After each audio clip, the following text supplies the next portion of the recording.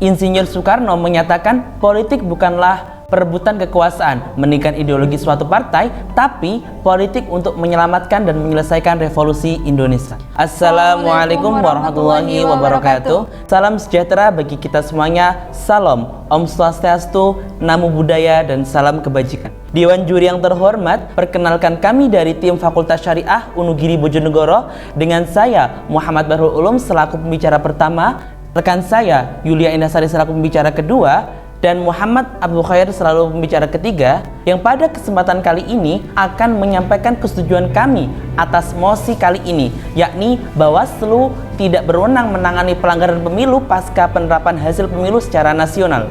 Dewan juri yang terhormat, pemilu di Indonesia telah berjalan 12 kali. Di dalam perjalanannya pasti ada sebuah pelanggaran berbagai macam bentuk dan jenisnya. Untuk memastikan penyelenggaraan pemilu serentak tahun 2024 yang berlangsung secara demokratis dengan asas langsung, umum, bebas, rahasia, jujur, dan adil, maka Bawaslu di sini diberikan kewenangan dan tugas untuk menyelesaikan sengketa pelanggaran saat proses pemilu itu berlangsung. Oleh sebab itu, Bawaslu harus bersinergi dengan KPU, KPUD, PT UN, dan MK. Pemilu bukan hanya hak untuk memilih, melainkan hak untuk hidup bermartabat. Menindaklanjuti bangunan argumentasi dari pembicara kami sebelumnya, sebagai pembicara kedua menyatakan dengan tegas persetujuan kami atas mosi Bawaslu tidak berwenang menangani pelanggaran pemilu pasca penetapan hasil pemilu secara nasional. Dewan juri yang terhormat, fungsi dan kewenangan Badan Pengawas Pemilihan Umum atau Bawaslu seperti yang dikatakan oleh Undang-Undang Nomor 22 Tahun 2007 adalah melakukan pengawasan tahapan, pencegahan, dan melakukan tindakan terhadap pelanggaran pemilu. Berdasarkan perundang-undangan, masalah-masalah hukum pemilu di Indonesia dapat dikelompokkan ke dalam 6 kategori dan masing-masing terdapat pihak yang berwenang menangani permasalahan tersebut. Yang pertama adalah pelanggaran pidana pemilu. Dalam hal ini, pihak yang berwenang adalah sistem peradilan pidana, yakni kepolisian, kejaksaan, dan pengadilan. Yang kedua ada sengketa dalam proses pemilu. Pihak yang berwenang adalah pengawas pemilu. Yang ketiga ada pelanggaran administrasi pemilu. Pihak yang berwenang adalah KPU dan KPUD.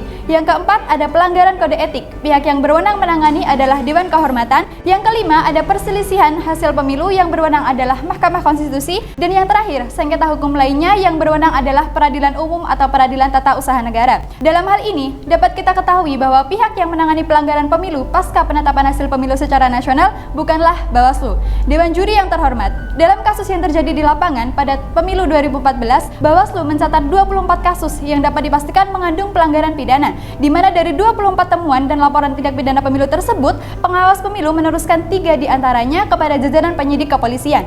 Namun dalam prosesnya, kasus tersebut tidak ditindaklanjuti oleh pihak kepolisian. Dan jika dilihat dari kewenangan Bawaslu dalam hal ini adalah hanya sebagai pengantar, yakni sebatas menyampaikan rekomendasi adanya pelanggaran dalam pemilu.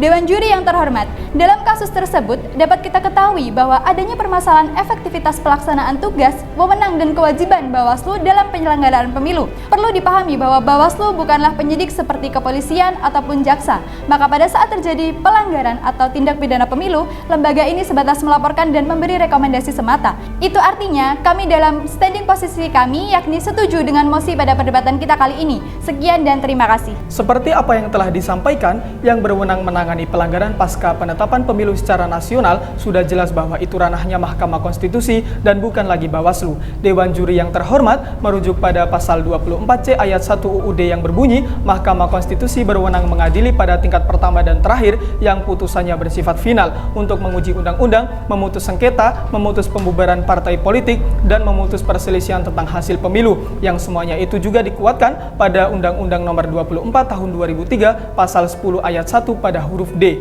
Pun dalam pemilu legislatif, jika ditemukan perselisihan terkait hasil pemilu, maka dapat diselesaikan sebagaimana yang telah diatur dalam Undang-Undang Nomor 8 Tahun 2012 tentang pemilu anggota, DPR, DPD, dan DPRD. Pasal 272 ayat 1 mengatakan, dalam hal terjadi perselisihan penetapan perolehan suara hasil pemilu secara nasional, peserta pemilu dapat mengajukan permohonan pembatalan penetapan hasil perhitungan perolehan suara oleh KPU kepada Mahkamah Konstitusi. Masa tenggang permohonan pembatalan penetapan hasil perhitungan perolehan suara paling lama 3 kali 24 jam sejak diumumkannya. penetapan perolehan suara secara nasional oleh KPU sebagaimana disebutkan dalam pasal 272 ayat 2 dan juga pada pasal 272 ayat 4 disebutkan pemohon memperoleh kesempatan selama 3 kali 24 jam untuk memperbaiki dan melengkapi permohonan jika kurang lengkap sejak permohonan diterima oleh MK. Dewan Juri yang terhormat, dengan demikian maka berjalannya pemilu yang kondusif dapat terjadi apabila seluruh lembaga baik Bawaslu, PT UN, KPU dan MK bisa bersinergi menjalankan perannya sesuai dengan kewenangan masing-masing lembaga. Terima kasih dari kami. Wassalamualaikum warahmatullahi wabarakatuh.